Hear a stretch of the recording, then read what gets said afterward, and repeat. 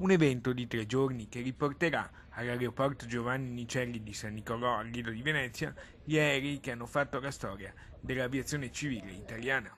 Fino a domenica 3 giorni di appuntamenti, conferenze ed incontri, ma soprattutto di splendidi aerei in pista.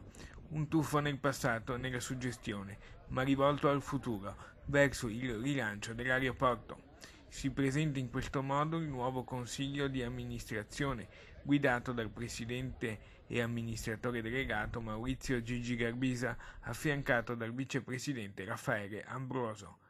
Tra gli ospiti che parteciperanno agli incontri anche la prima hostess d'Italia a volare, la veneziana Yvonne Girardello. Con questo noi manteniamo fede a una promessa fatta al Comune di Venezia e fatto anche alla Camera di Commercio di Venezia, nonché alla Save, che quando furono acquistate, non più tardi di 2 anni fa, le quote della società Nicelli, abbiamo inteso e abbiamo voluto riportare l'immagine storica di questo importante aeroporto dove proprio negli anni 30 volavano i DC-3 che voi vedrete appunto in queste giornate. Un appuntamento che ha una grande valenza storica.